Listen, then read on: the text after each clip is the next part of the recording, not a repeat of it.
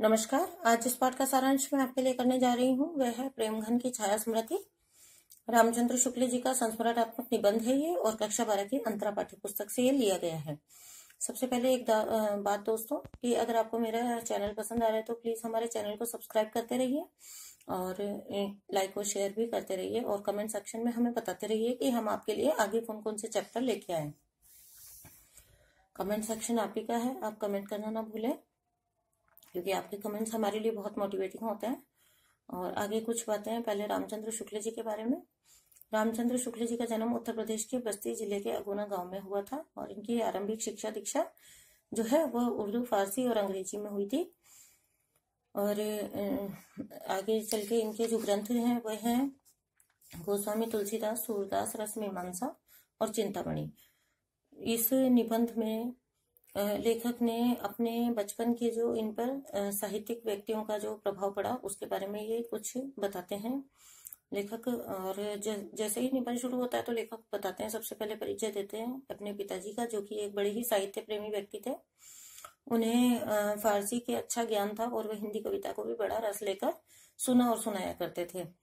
तो यानी कि इनके पिताजी जो है वो एक साहित्य प्रेमी व्यक्ति थे और इन्हीं के सानिध्य में रहकर लेखक को भी साहित्यिक रुझान लेखक का भी बन गया। तो फिर आगे बताते हैं कि जब उन्होंने भारतेंदु हरिश्चंद्र जी का नाम सुना तो उन्हें सत्यवती राजा हरिश्चंद्र और भारतेंदु जी के बीच में कोई फर्क मालूम ना हुआ क्योंकि दोनों के ही नाम में हरिश्चंद्र आता था। तो देखिए बाल सुलभ जो प्रवृत्ति होती है ना वो यही होती है कि एक नाम है तो मतलब एक ही व्यक्ति है। आगे चल के लेखक बताते हैं कि जब थोड़ा बड़ा होने पर मिर्जापुर आए तो उन्हें पता लगा कि यहाँ पर भारतेंदु मंडल के एक सदस्य और उनके बड़े अच्छे मित्र जो है एक हिंदी के सुप्रसिद्ध कवि उपाध्याय बद्री नारायण चौधरी जी भी यहीं रहा करते हैं। तो बच्चे मिलकर और उनके दर्शन करने के लिए जाते हैं और फिर उस मकान का विवरण देते हुए बताते हैं कि बड़ा सा मकान था पत्थरों का बना हुआ और वहां पर सघन लताओं की छाया के बीच में जो है एक मानव कृति खड़ी हुई थी जिसके बाल कंधों पर बिखरे हुए थे और उसने खंबे से टेक लगाकर वो खड़े हुए थे। तो इस तरह से उनका पहला जो है इनको दर्शन हुआ, मतलब पहला इनको मिला। आगे चल के लेखक बताते हैं कि थोड़ा बड़ा होने पर इनका साहित्यिक रुझान देखकर इनके पिताजी जो है वो थोड़ा सा मतलब परेशान हो गए क्योंकि उन्हें ऐसा लगा कि बालक अगर साहित्य ही साहित्य देखता रहेगा, मतलब इसी तरफ इसका रुझान बना रहेगा तो पढ़ाई से जो है इसका ध्यान उचट जाएगा। इस चक्कर में इनके पिताजी ने इनसे पुस्तकें छुपानी शुरू कर दी। लेकिन लेखक बोलते हैं कि उनका साहित्य प्रेम इस बात से कम नहीं हुआ बल्कि वे पुस्तकालय से पुस्तकें ला कर पढ़ने लगे। आगे चलकर लेखक बताते हैं कि उनके पिताजी ने एक बार उनको एक बारात में काशी भेजा था जहां पर इन्होंने एक घर से पंडित केदारनाथ जी को निकलते हुए देखा और पंडित केदारनाथ पाठक जिनके पुस्तकालय से ये पुस्तकें ला कर पढ़ा करते थे, उन्हें जब निकलते देखा तो इन्हें बड़ी उत्कंठा हुई। वो इनसे मिले तो इन्हें पता लगा कि पंडित केदारनाथ जी जिस मकान से निकल रहे थे वे भारतेंदु हरिश्चंद्र जी का मकान था। तो आगे जो है इन्होंने कई बातें की उनके साथ और 16 वर्ष की अवस्था तक पहुंचते पहुंचते ये बोलते कि इनकी अपनी एक साहित्य मंडली विकसित हो गई थी और जिसमें बड़े अच्छे आगे चलकर जो बड़े हिंदी के सम्मानित लेखक हुए या हिंदी जगत की सम्मानीय हस्तियां बनी, जिनमें ये नाम बताते हैं काशी प्रसाद जी जायसवाल, भगवान दास जी हालना, पंडित बद्रीनाथ गौड़ आदि जो है इनके मुख्य सदस्य थे इनकी मंडली के।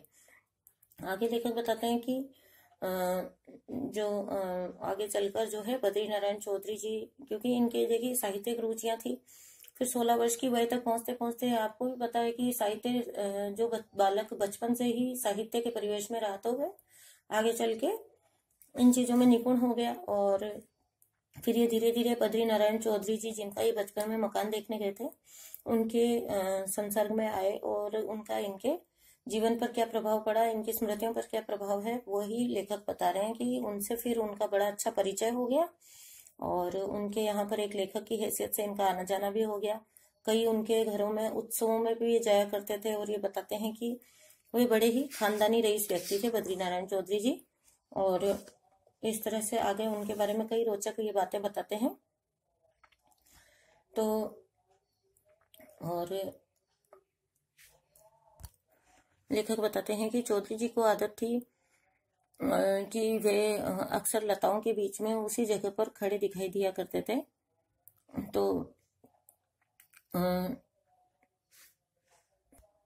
उनकी ये प्रतिमूर्ति देखकर उनके एक बहुत ही प्रतिभाशाली कवि जो थे वामनाचार्य गिरि जी, जो कि उनके बड़े अच्छे मित्र थे, उन्होंने उनके ऊपर एक कवित्व भी जोड़ दिया जिसका अंतिम अंश था, खंभा टेकी खड़ी जैसे नारी मुगलाने की, यानी कि मुगलों की नारी, क्योंकि उनके बाल लंबे लंबे थे ना, तो मुगलों के खानदान की कोई नारी जैसे खड़ी हुई है खंभे पर टेक लगा के, इस प्रकार से उन्होंने उनके ऊपर एक हास्य कविता, मतलब जैसे छोटा सा कवित्व बना दिया।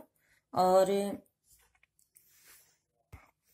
आगे उनसे जुड़ी कई स्मृतियां लेखक बताते हैं। जैसे एक बार वे लोग साहित्य चर्चा कर रहे थे और चौधरी साहब के पास ही एक लैंप जो है वो जल रहा था।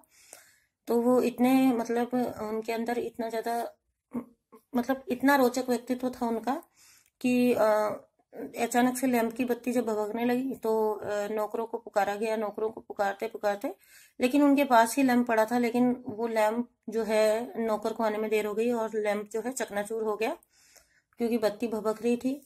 और लेकिन उन्होंने हाथ बढ़ाकर उस लैंप को बुझाया नहीं। यहाँ पे उनके किरदार के बहुत सारे रोचक वर्णन जो है लेखक बताते हैं। जिस प्रकार से एक बार एक पंडित जी आ जाते हैं, उन्हें पूछते हैं कि चौधरी साहब पूछते हैं कि कहिए आपके क्या हाल है। तो पंडित जी बोलते हैं कि आज एकादशी थी तो कुछ जल खाकर आ गया हूँ।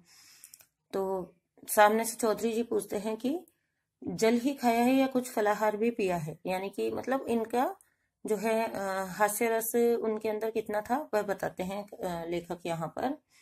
और आगे वे बताते हैं कि वे जो थे प्रेम, ये चौधरी जी जो थे, बद्रीनारायण चौधरी जी, इनके बारे में बताते हैं कि ये नागरी भाषा में लिखा करते थे।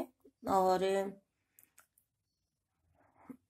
आगे मतलब उनके विचार जो है अपनी मातृभाषा को लेकर बहुत ही विकसित थे। वे कहा करते थे कि नागर अपभ्रंश से ही हमारी भाषा विकसित हुई है और इसीलिए नागरी कहलाती है।